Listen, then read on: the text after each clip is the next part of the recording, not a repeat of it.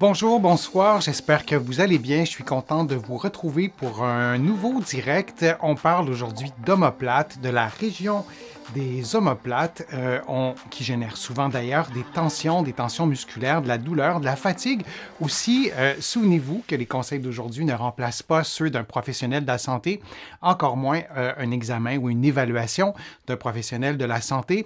Vous devez aussi adapter les conseils que je vous donne aujourd'hui à votre condition et certains aussi pourraient ne pas convenir.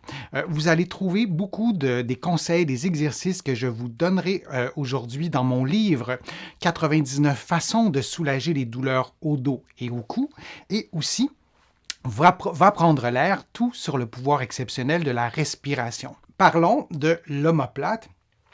L'omoplate est un os qui flotte et je vais vous donner des conseils, des informations aussi pour apaiser les tensions et la mécanique de l'omoplate. C'est une mécanique qui est vraiment très, très particulière.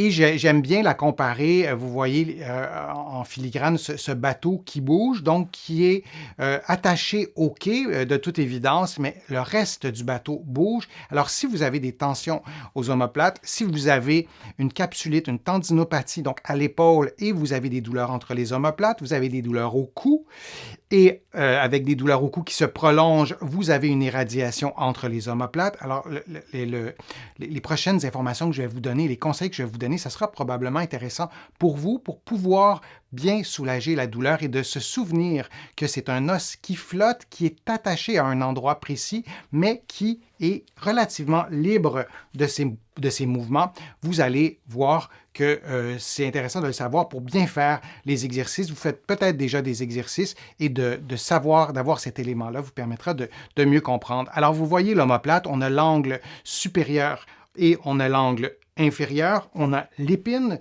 de l'omoplate et on a aussi l'acromion qui est l'os sur le côté que vous pouvez palper sur vous assez facilement si vous allez sur le côté de votre épaule et je vous invite à palper cet acromion-là et lorsque vous aurez votre doigt sur l'acromion, vous levez juste un petit peu votre bras et vous ne devriez pas sentir de mouvement vis-à-vis l'acromion. Si vous êtes sur l'humérus, l'humérus va bouger. Alors, c'est vraiment l'omoplate qui est là et on le voit sur cet os-là. C'est vraiment un os qui est triangulaire et on a des parties en latéral et on a notamment l'acromion qu'on vient de palper.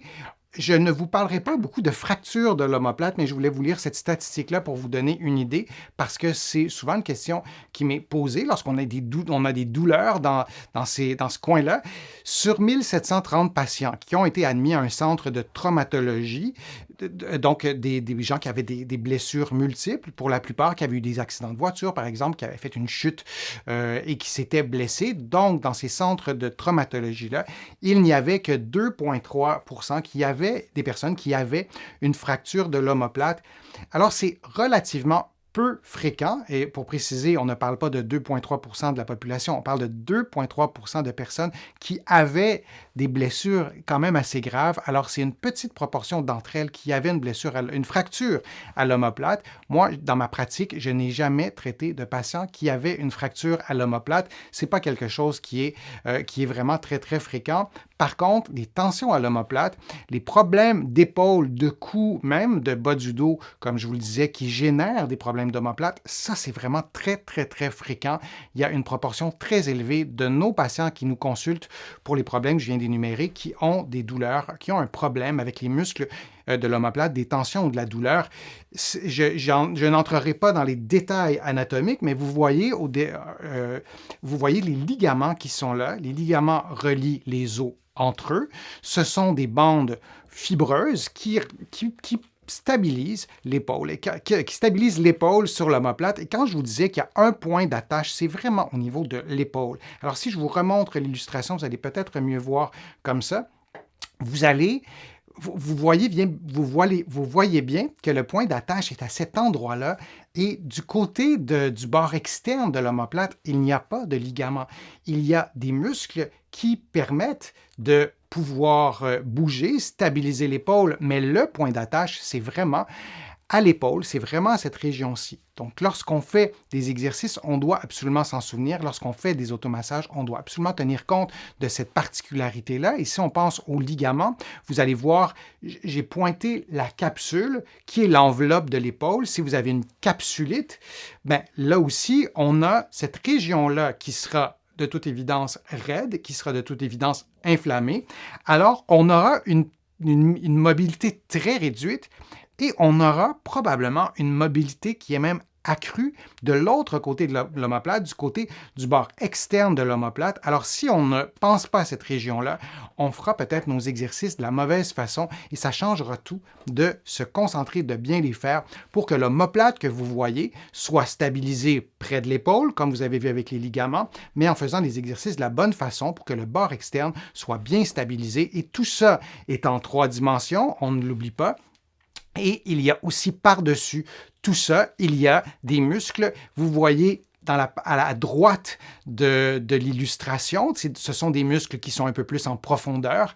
Et à gauche, ce sont notamment le trapèze que vous voyez. Alors, il y a des muscles autour de l'omoplate qui nous aident à stabiliser, mais le point d'ancrage, comme je vous le montrais sur le bateau, qui est à quai, ben, ce point d'ancrage se fait par ici avec les ligaments. Le reste de l'omoplate flotte, si on peut le dire comme ça, ce qui fait en sorte qu'on peut, lorsque vous placez la main dans votre dos, si vous le faites en ce moment, vous placez la main dans votre dos comme ça, et si vous avez la main, le bras assez long, vous allez sentir, vous allez le voir dans le miroir que l'omoplate se décolle. Quand je vous dis que l'omoplate flotte, ben, on le voit, ça permet même d'entrer, d'insérer les doigts comme ça et de pouvoir aller faire notamment des mobilisations ou des massages. On peut le voir aussi de cette façon-là.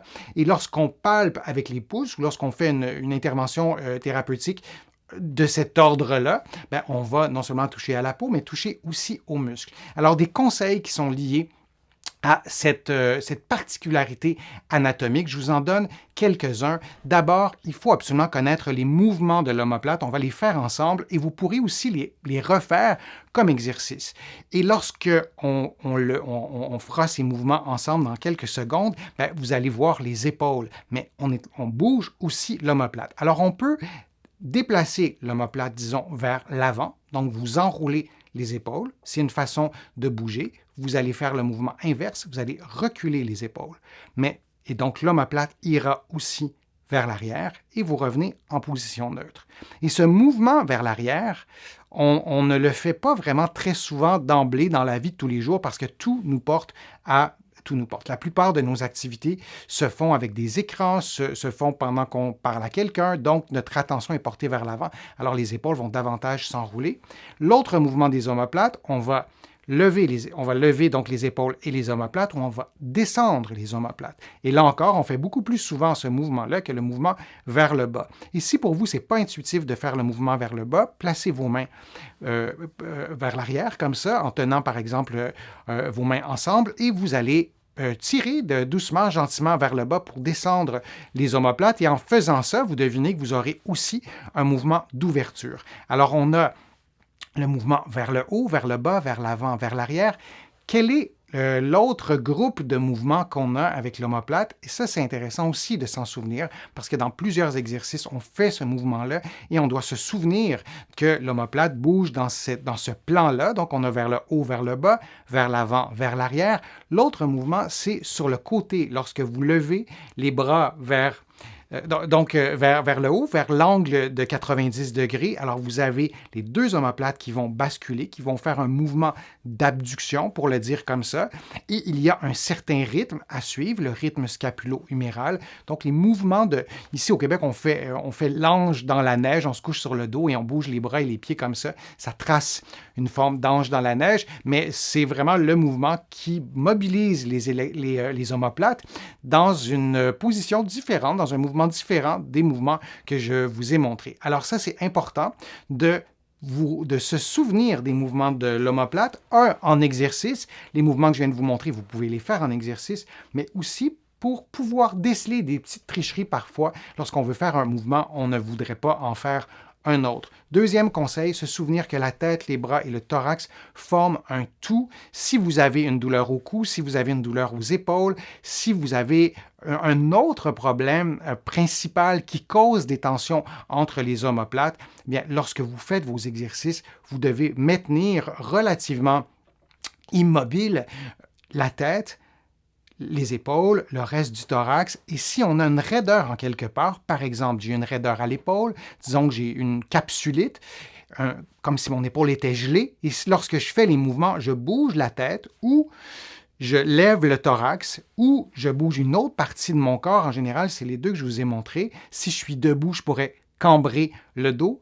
Alors, si je ne vois pas l'omoplate, ce que je souhaite travailler, comme un tout qui bouge en harmonie avec la tête, avec le bras, avec le thorax, avec le tronc aussi, bien, souvent, on va faire nos exercices un peu pour rien parce que ça sera d'autres parties du corps qui vont bouger. Alors ça, c'est un conseil absolument à suivre. Ça peut sembler théorique. Je répète ça à mes patients très souvent. En fait, je dis à mes patients, à des patients différents au cours d'une journée, notamment ce deuxième conseil-là. Alors, je vous le propose. L'autre conseil que je peux vous donner, immobiliser ou non l'omoplate lorsque vous faites des exercices, lorsque vous êtes couché sur le dos, comme ça, le poids de votre thorax s'appuie sur votre omoplate et empêche l'omoplate de bouger ou de se décoller, pour le dire simplement. Alors, si on a une raideur à l'épaule et qu'on est couché sur le dos, bien, au moins le poids de notre corps nous aidera à stabiliser l'omoplate. Et j'ai écrit d'immobiliser ou non l'omoplate parce qu'on n'a pas à faire tous nos exercices couchés sur le dos. Mais il faut se souvenir que lorsqu'on est debout, bien, l'omoplate, elle est beaucoup moins stabilisée par notamment quelque chose de fixe, de rigide comme le plancher, mais ça peut être aussi de faire les exercices adossés au mur, peu importe l'exercice, là je vous montre celui-là, mais un exercice d'inclinaison. Alors lorsqu'on est appuyé sur le mur et plus nos genoux seront pliés, plus il y aura de poids sur notre thorax, c'est une façon aussi de stabiliser les omoplates. Et je vous invite à faire vos exercices parfois couchés sur le dos pour plein de raisons. Il y a des patients qui ne sont pas confortables couchés sur le dos ou la douleur augmente ou peu importe. Vous pouvez faire souvent les mêmes exercices, mais en position semi-assise, comme vous le voyez. Et je vous montre, comme je vous le disais, cet exercice-là, mais j'aurais pu vous montrer n'importe quel exercice qu'on peut faire pour l'omoplate ou pour le bras ou pour le cou, mais en position assise, les genoux en flexion. Et quatrième conseil que je veux vous montrer, surveillez les compensations lorsque vous faites des exercices pour le cou, l'épaule, pour détendre aussi les muscles qui entourent l'omoplate. Bien, les compensations, on les voit vraiment très souvent. Votre entourage, quelqu'un qui vous regarde, verrait aussi les compensations, mais sur soi, notre cerveau a intégré cette façon peut-être asymétrique de bouger et on ne voit pas les compensations. Et les trois plus fréquentes, c'est que l'épaule va lever comme ça. Alors on va, plutôt que de bouger ce qu'on souhaiterait bouger, on va voir l'omoplate faire ça comme ça. Donc, on va voir l'omoplate bouger comme ça plutôt que de mobiliser ce qu'on souhaiterait mobiliser. Donc, lever l'épaule, on va le voir souvent. On va voir aussi arrondir l'épaule. Et la troisième compensation qu'on va voir, c'est le thorax qui va se surélever. Par exemple, si vous prenez une inspiration rapide, vous allez probablement lever le thorax. Alors, si vous voulez contrôler ces compensations, assurez-vous de maintenir les épaules bien détendues et assurez-vous d'expirer. En général, lorsqu'on expire pendant nos exercices de mobilité d'épaule, du cou ou d'exercices qui ciblent les omoplates, bien, en expirant, ça évite de voir le thorax monter. Essayez d'expirer en levant le thorax, c'est assez contre-intuitif. En général, ça fonctionne bien. Alors, on se souvient que cet omoplate, oui, c'est un os qui flotte. On doit absolument être vigilant pour surveiller les compensations. On doit s'assurer notamment de faire parfois les exercices couchés sur le dos pour bien stimuler, pour bien stabiliser plutôt l'omoplate et de varier nos exercices. je veux vous remercier de votre présence, de vos questions. C'est toujours un plaisir de vous retrouver lors des directs, lors des vidéos que vous voyez sur ma chaîne. C'est toujours vraiment un plaisir et un privilège de lire vos commentaires. Vous êtes partout dans la francophonie et ailleurs sur les 5 continents. Merci aussi de vos contributions. Vous pouvez contribuer en cliquant sur le petit cœur. Ça apparaît dans plusieurs pays, en tout cas sur la planète. Vous cliquez là-dessus et vous pouvez faire une contribution ou sur mon site web. Sachez qu'elles sont indispensables à ce que je puisse continuer à développer mon offre en fait gratuite sur le web. Il y a beaucoup de personnes, beaucoup d'entre vous qui n'avaient pas accès à des soins de réadaptation. Donc, ça me fait plaisir de pouvoir vous aider à ma façon, ce qui ne vous empêche pas évidemment de consulter votre médecin ou un professionnel de la réadaptation. Vous allez trouver beaucoup d'informations dans mes livres que vous allez trouver partout ici au Canada en librairie et sur le web. Vous allez aussi les trouver de l'autre côté de l'Atlantique, notamment à la Librairie du Québec à Paris et aussi dans d'autres librairies. Vous allez aussi les trouver sur le web et vous pouvez aussi vous abonner gratuitement à mon infolettre, à mes courriels thématiques en visitant mon site web, le www.denisfortier.ca. Je vous remercie de votre participation et on se retrouve pour un prochain direct, pour une prochaine vidéo. À bientôt.